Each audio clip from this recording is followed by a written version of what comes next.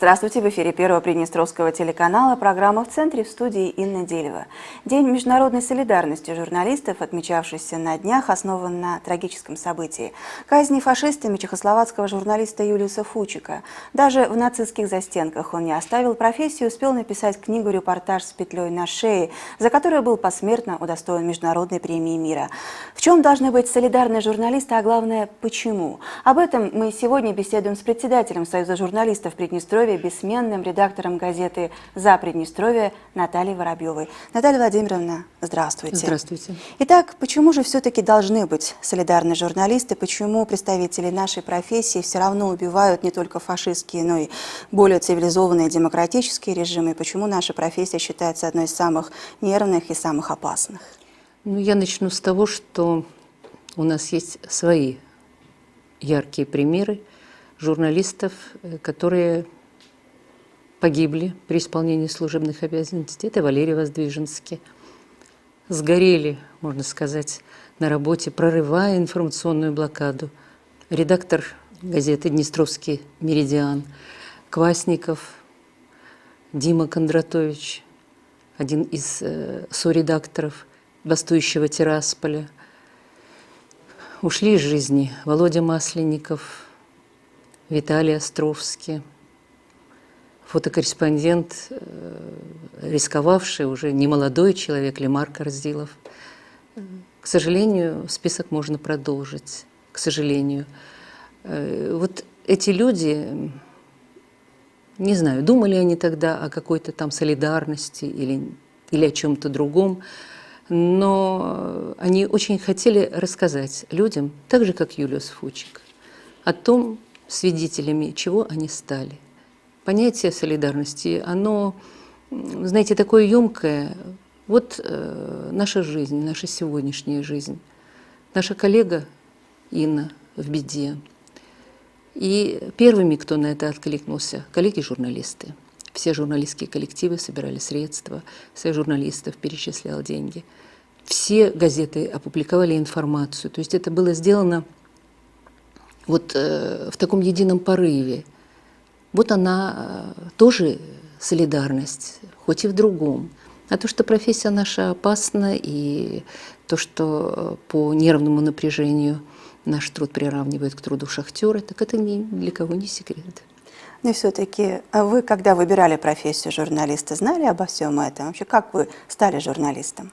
Если честно, то я тогда об этом не думала.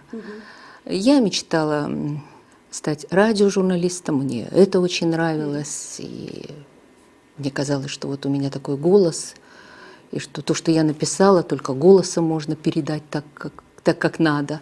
Но я повторяю, я об этом не думала, просто вот появилось такое горячее желание рассказывать о том, что я увидела, что я узнала.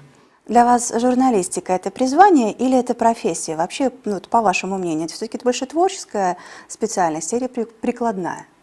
Я скажу по-другому, это диагноз. Это диагноз, потому что очень много моих коллег, которые вышли на пенсию, но не писать они не могут.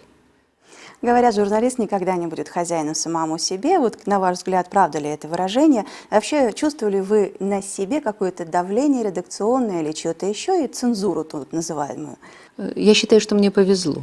Потому что вот в советские времена некоторые мои коллеги начинают рассказывать о какой-то вот неимоверной цензуре, как вот им совсем развернуться их творчеству не давали. Они хотели, а им не давали вот какие-то там дядьки, не знаю откуда, из горкома партии, там еще откуда-то. Я работала ответственным секретарем газеты, я работала заведующей отделом писем.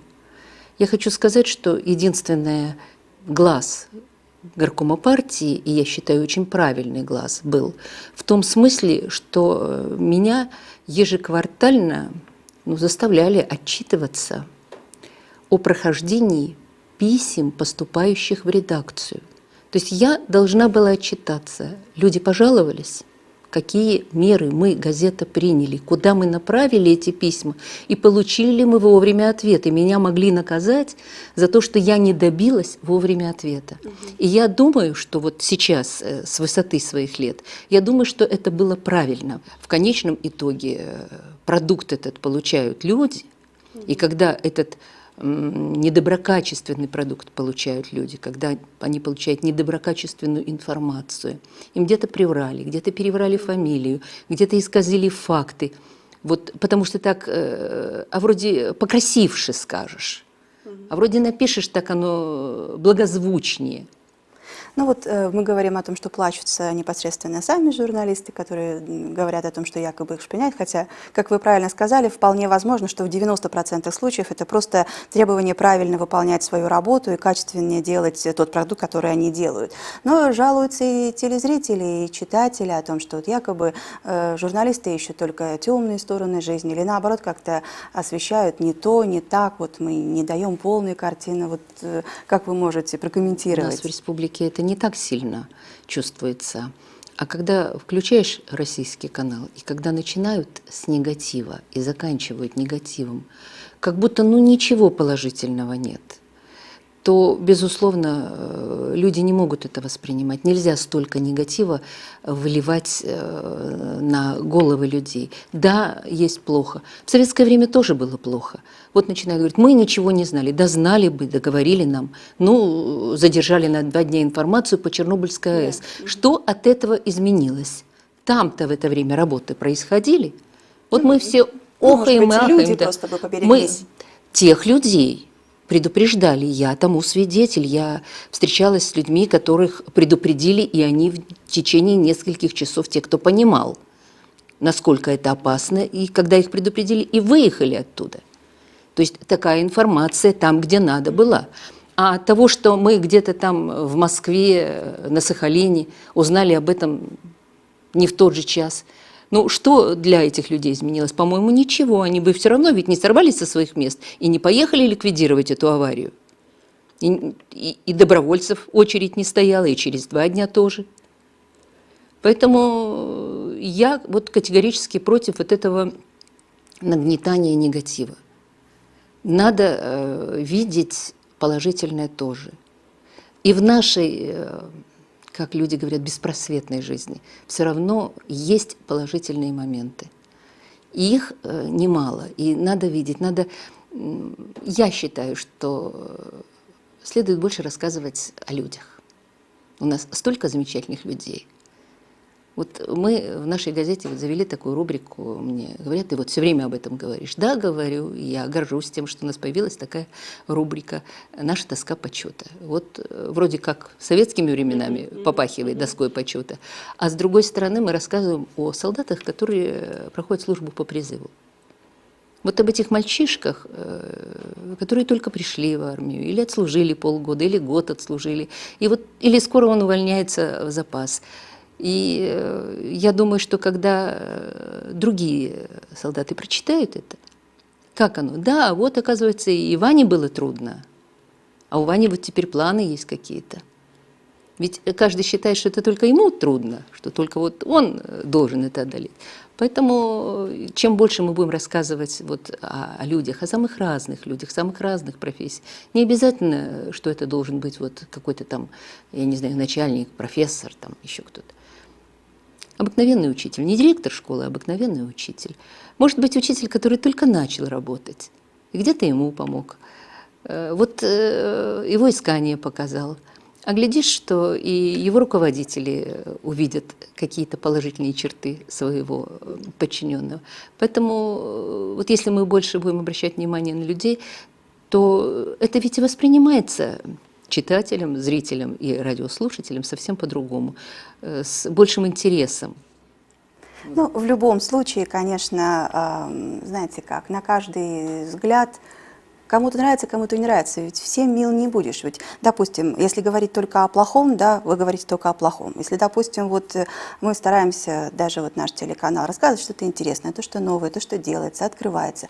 Вот все плохо, вы не рассказываете о том, что плохо. Ну как же, мы же говорим, все равно. Вот, то есть есть какое-то такое восприятие, то есть зритель все равно как бы ставит свою оценку, и, может быть, она даже не всегда какая-то, ну, может быть, соответствующая действительно тому, что происходит, печатается в газете, происходит на телеканале. И вот как бы в связи с этим мой следующий вопрос. Стоит ли журналисту идти на поводу, допустим, вот у зрителя, у читателя? Я имею в виду как бы уровень. То есть нам говорят, вот говорите проще, проще речь, проще тексты.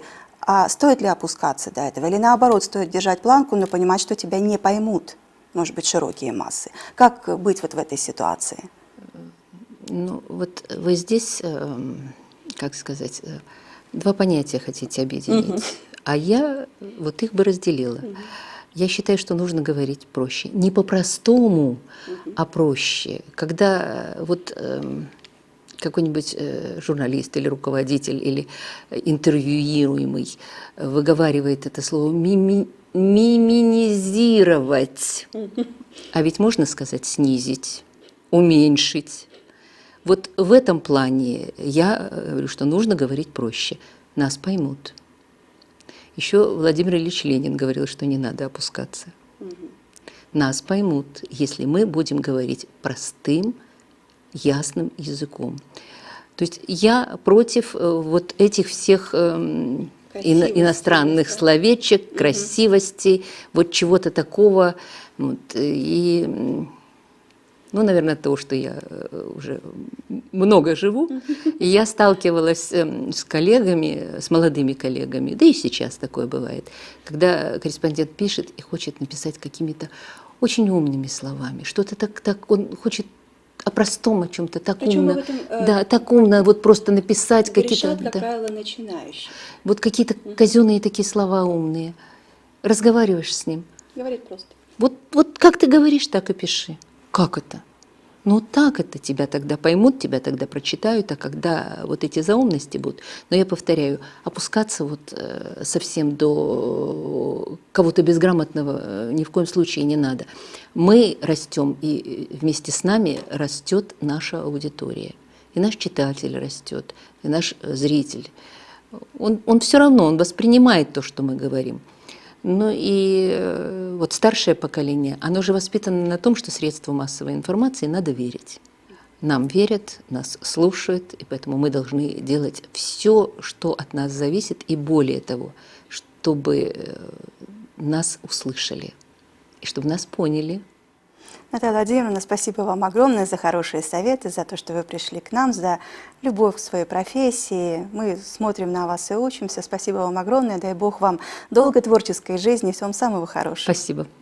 Это была программа «В центре» с моей коллегой Натальей Воробьевой. Мы говорили не столько даже о древнейшей, сколько о вечной, сложной, но все-таки очень интересной профессии – журналистике. Спасибо, что были с нами. До встречи.